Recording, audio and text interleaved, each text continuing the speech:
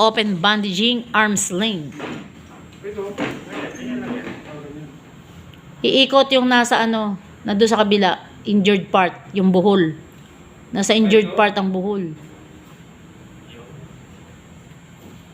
Mid of the palm ha.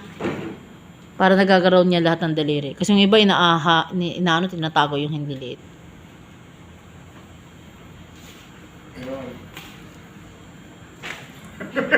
Hindi dapat nakatago ang shoulder ha.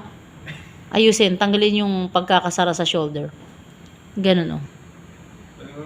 Yan. Ilabas mo yung shoulder. No. Oh.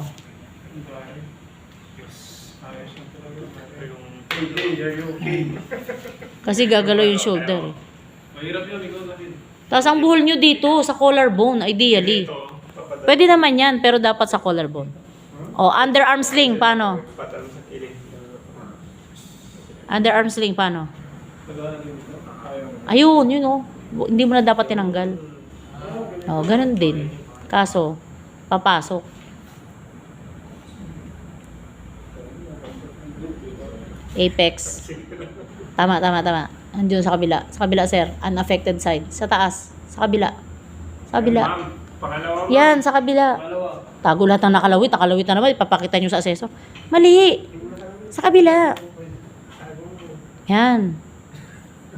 Oh, tapos yan, sa ibabaw, ilalagay mo sa kilikili. Kilikili. Oh, underarm sling. Ma'am, okay na. Ay naman, nakalawit. Oh, nakalawit. Itago! Apex at saka yung ano, bago niya ipakita sa assessor. Yun. Oh, katago lahat yun. Tapos, dapat 90-degree angle. Ba't nakababa yan? Ayan, nakalay. Nako, hindi nyo maluloko yung assessor. Mid of the palm. Mid of the palm. Dapat, mid of the palm. Mid of the palm. O, itago nyo muna yung mga ano. Dulo-dulo. Huwag nyo papakita sa assessor na hindi nakatago. Okay, sa likod. Lawit na lawit pa, oh. Kita pa yung lawit, eh. Oh, yan.